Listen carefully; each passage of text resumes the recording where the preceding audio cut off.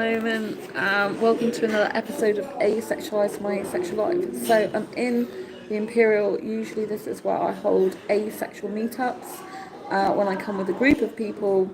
But today I met up with just one asexual person from my usual meetup group. I'm going to put a glass behind this now so that I don't have to keep propping it up. There we go. That's more stable, isn't it? So I'm in the Imperial, which is the same venue I usually come to, the whole meetup group. And because I was sick with a chest infection, I couldn't attend the last meetup. I couldn't actually have the last meetup. I had to cancel it. And one of the people that always comes to my meetups these days and really appreciates it, I decided to meet up with Now I'm Better. And so that person's gone. Not everyone who's asexual is out about being asexual, and some people don't want to be filmed or on camera, and sometimes we just like privacy. And so what are the benefits with meeting with another asexual person one-to-one as opposed to a big group? So obviously when you've got a group, you have different people, different dynamics, different conversations going on. When you just meet up with someone one-to-one, you only have yourself and that other person to kind of please, to take an interest in, to talk with. And so it means that you can actually talk about the things that you're very much interested in, both of you, you know, because you've got no one else kind of interrupting you, no one else going off on different tangents, no one else talking about things that both of you are not interested in, or maybe one of you isn't interested in. You're both talking about things that you have in common, you're both talking about shared interests, you're both talking about things that each other would be interested in knowing about usually. And so it basically means that you have huge quality time with someone when you meet someone on a one-to-one basis. I personally used to find it really difficult to meet people in groups. Years ago I couldn't do it. I could only meet someone one-to-one basis, or maybe have me and two other people. But since doing asexual meetups, which I started in 2015, January 2015, when I met up with two other people, I've been able to actually go in groups a lot more, and I've had up to 10 people in my meetups, which is not many compared to some other meetups, but to me that's enough, that's plenty, that's a lot. And a lot of the people that come to my meetups got mental health difficulties, special needs, so actually a small group is better for them. A lot of them have social anxiety, for example, and so meeting up in big groups, huge groups, is very terrifying for them. Even meeting up in any group can be very difficult. So the person I met with today, she doesn't usually go in groups, but she's been to my meetups a few times. She said it was really nice to meet me on my own. And and we talked a bit about that and said, yeah, it's good because we're going straight to our shared interests, and we're talking about what we want to talk about. Like when you're in a group, you do have to vary the conversations because you have to try and include everything and everyone in the conversations, if you know what I mean. And it can go down routes and tangents that maybe is not comfortable for everyone, but because you're in a group, you kind of hear it, you know. And so I've always had one-to-one. I still in general do prefer one-to-one. I like it because I think it's more intimate I don't mean that in a sexual way, I mean intimate as in a friendly way, as in a you know, like more privacy, more intimacy, as in essentially just connecting with one person. You've got more connectivity. Sometimes it's easier to get on better with just one person than it is trying to please multiple people, keep multiple conversations going on and happy. And it's very beneficial for the person as well, the two people, because it means you can have a lot more private conversations that you wouldn't want to share necessarily in a group. And so some people just want to share very private things. They don't want the whole group to know about stuff, but they really would like an extra friend to talk to. Some people who come to my meetups haven't got many friends. And so to be able to see people outside of my meetups on a one-to-one basis is very healthy for them. It's very good for them, and obviously it's good for me as well.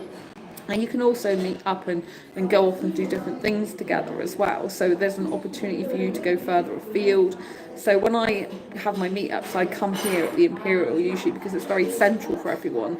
It's near the train station, there's food for everyone can be happy. But when you're just meeting up with someone one-to-one, you're not so restricted or confined or constricted or like limited to so many less places. Like when you're one-to-one, you can go to more places because, you know, you can match the needs of the two people in it rather than having a whole group to meet in it. Obviously, I still want to do my group asexual meetups, but I'm just telling you, if you've ever thought about meeting up with an asexual person one-to-one outside of a group, or just as a one-to-one basis in general, I'm just saying some of the benefits. You know, it can be a lot more relaxing, a lot more comfortable, because you don't have to kind of like keep multiple people happy. You can hear what the other person's saying better sometimes as well, because you're just having a conversation with just you and them. You haven't got people interrupting, or people in a group. You can end up talking over each other because you can end up with different people having different conversations. No, it's not mine. You can have people having different conversations, like in a group. So you can have like in a group, you can have like two people having a discussion on one end of the table, and two people having discussions on the other end. And obviously, group dynamics, that's great if everyone's talking and mingling. You can get people talking across each other, so you could get two people diagonally opposite each other, and other two people diagonally opposite each other, and you're having to talk over and like around each other, if you know what I mean. So when you're in a group dynamic, it's kind of difficult sometimes, but interesting, the dynamics, because you're all mingling and talking to different people, but in kind of, you end up sometimes crossing over talking because you are interested and intrigued with specific people. One of the good things to do that I do at my meetups, if we've got quite a few people, is we swap places so that you end up talking to more people. But sometimes in a group you can't get around everyone to talk to because you'll get engrossed in talking with the people that are actually immediately on your table, because you might have a couple of tables put together. But then you've like kind of left some people out or not got around to certain people because you just end up being too engrossed in talking to specific people on the tables that you were sat around. So like I've been to meetups that aren't asexual meetups, so like 20 to 30 social groups on meetup.com, and there's like 30 to 40 people that go to there, and you can't get around everyone, you can't speak to everyone at once, you have to kind of like work your way around, go around them, or speak to specific people you spoke to before you get on really well with. With my meetups, like I said, the maximum I've had so far is 10 people, which is more manageable. You're able to get around more people, but even so, sometimes there's certain people that you don't actually see very much because you're on different opposite ends of the table and you don't all swap around. And some people gel better with other people. And I think on a one-to-one basis, you know, sometimes you can just have that more intimate connection, even if it's just a friendship. I'm not talking about sexual or romantic. Just you know, it's more. There's more privacy. There's more confidentiality. You can discuss more things. You can tell people things, like some people can tell me stuff on their own that they couldn't tell me in a group because they wouldn't feel comfortable about doing that, because maybe they just don't know the other people so well, or maybe they just don't feel that they want to explain those things to them. So when you have one-to-one meetups, it can be so much better because you can actually have, you know, much more relaxation, because you can say more things without worrying about what people think or what people say. I don't tend to care what people think or say anyway, but there's other people that do.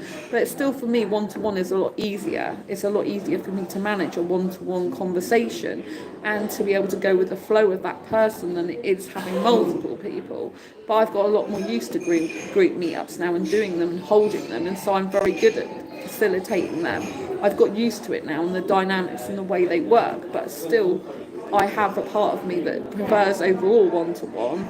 And also, if you go one-to-one, you can do like more day trips, you can do more things. When you're in a group, you have to match everyone's needs. So if they've got disabilities, like some people can't walk very far, and yet other people are walkers. So you've got two completely different conflicting types of people in the sense of what they can and can't do in their abilities. Like one person can't walk very far. I can't go loads of places because I have to have toilets near me because I've got disabilities. One person can't, but I can still walk from one end of the city to the other in general. I just know where all the toilets are, you know.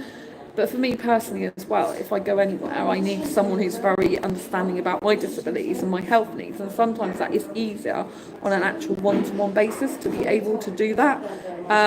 You know, because if you've got people on a one-to-one basis, like for example with all my special diet requirements, it's easier to say, oh, can we eat here or can we go there?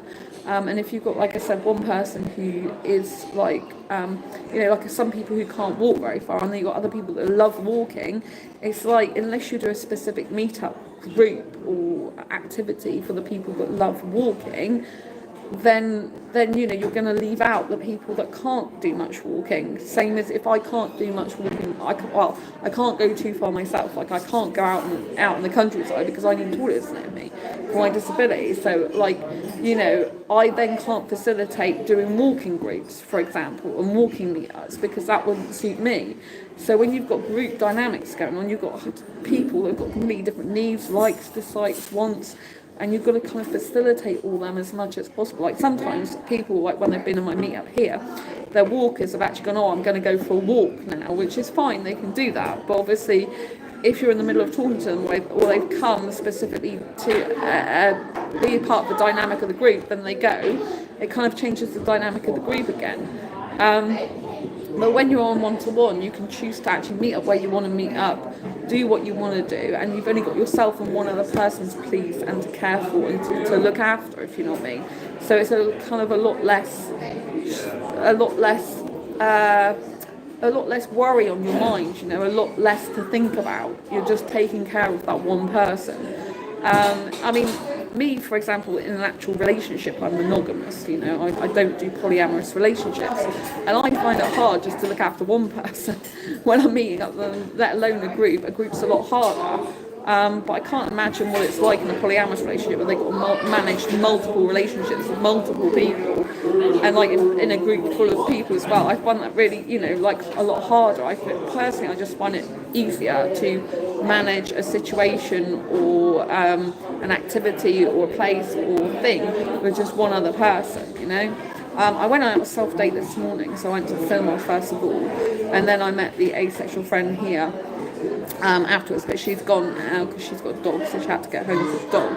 But we had some nice food and drinks. I've currently got apple juice again, and we had food earlier. Like she had coffee. This is her coffee cup, just in case she thinks she's a figment of my imagination. But she's not.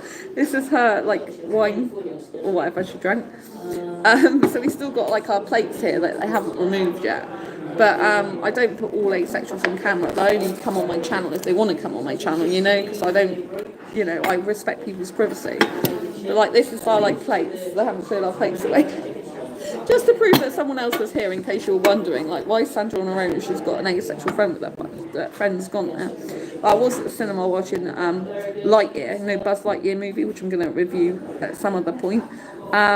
But yeah, so I do think there's a lot of benefits to just being one-to-one with someone. Like you can do what you want when you want, a lot more easily, go where you want, you know, and someone's birthday is obviously here now. Should we sing along with them? Happy birthday, dear Caroline. Happy birthday to you. This is live. They're in that room over there. So yeah, so you know, this is live. So yeah, I think there's a lot of benefits, you know. I do love one-to-one.